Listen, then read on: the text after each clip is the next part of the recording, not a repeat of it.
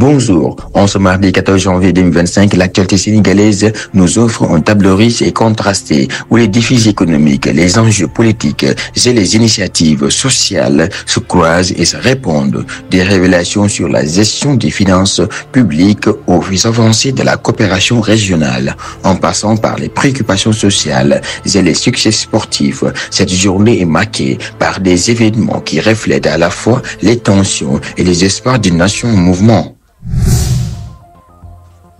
Parlons maintenant de politique. La situation politique sénégalaise est au cœur de l'actualité. Walf Quotidien rapporte que le Premier ministre Ousmane Sonko a révélé avoir reçu le rapport de la Cour des comptes qualifiant la situation financière du pays de catastrophique. Selon le quotidien, Sonko a déclaré, je cite, « Quand il sera rendu public, les Sénégalais sauront l'ampleur des dégâts. » Fin de citation. Ce rapport met en lumière les écarts considérables dans la gestion des finances publiques sous l'ancien régime. Passant à l'Assemblée nationale, l'observateur souligne que la procédure de levée de l'immunité parlementaire du député Farba Ngom est en cours. Cette dernière est visée par une enquête pour blanchissement de capitaux. Libération ajoute que le parquet financier a été interpellé par Birahim Seck qui exige plus de rigueur et de transparence dans les enquêtes en cours.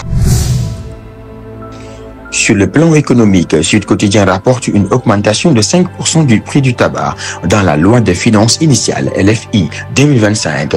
Une mesure critiquée par certains acteurs économiques. Cette décision est qualifiée de coup d'épée dans l'eau pour certains observateurs. Par ailleurs, l'exclusive met en avant une initiative du FONSIS qui a débloqué 750 millions de francs CFA pour soutenir 2 PME agroalimentaires dirigées par des femmes. Ce programme vise à renforcer l'entrepreneuriat féminin et à stimuler l'économie locale.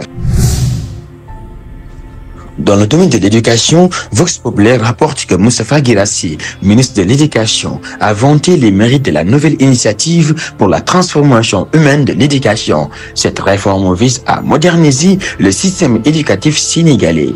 Cependant, l'évidence alerte sur les cas de grossesse précoce chez les élèves âgés de 12 à 19 ans avec des chiffres préoccupants dans les académies de Fatick et Ziguinchor. Cette situation soulève des questions sur les mesures à prendre pour protéger les jeunes filles et améliorer leur accès à l'éducation.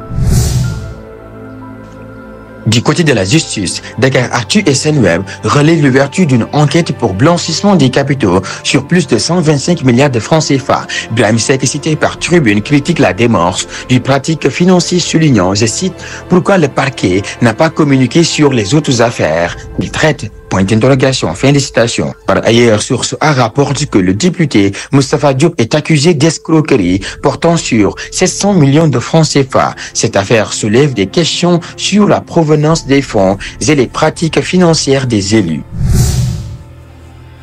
Sur le plan international, Les Échos et Rewmi Quotidien mettent en avant la signature d'un protocole d'accord entre le Sénégal et la Mauritanie pour renforcer les coopérations, notamment dans le cadre du projet gazier Kantorti Ahmeyim. Cette collaboration vise à consolider les acquis et explorer de nouveaux domaines de partenariat. Dans le monde du sport, Direct News rapporte que Zarco, le champion de lutte de Craiova, défie les ténors après sa victoire contre Gris Bordeaux. Son ménagère déclare, si Zarco est prêt, nous sommes 1000 fois plus prêts. Fin de citation.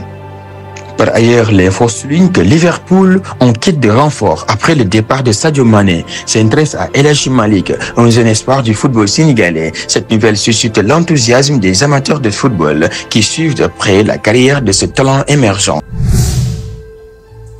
Sur le plan de la santé, enquête alerte sur la persistance de la hausse des prix de certaines denrées alimentaires, une situation qui continue de peser sur le pouvoir d'achat des ménages. Les messages de souffrance des consommateurs restent sans réponse malgré les promesses gouvernementales. Par ailleurs, l'évidence revient sur le dossier des méthodes illégales de prise de poids qui se multiplient au Sénégal. Des injections et des cocktails chimiques dangereux sont de plus en plus utilisés malgré les avertissements des médecins. Maïssé Diaye du ministre du Commerce souligne que ces produits sont souvent introduits de manière frauduleuse, ce qui complique la lutte contre ce phénomène. Dans le secteur technologique, Les Échos rapportent que les États-Unis ont annoncé une nouvelle législation visant à restreindre les exportations des puces d'intelligence artificielle.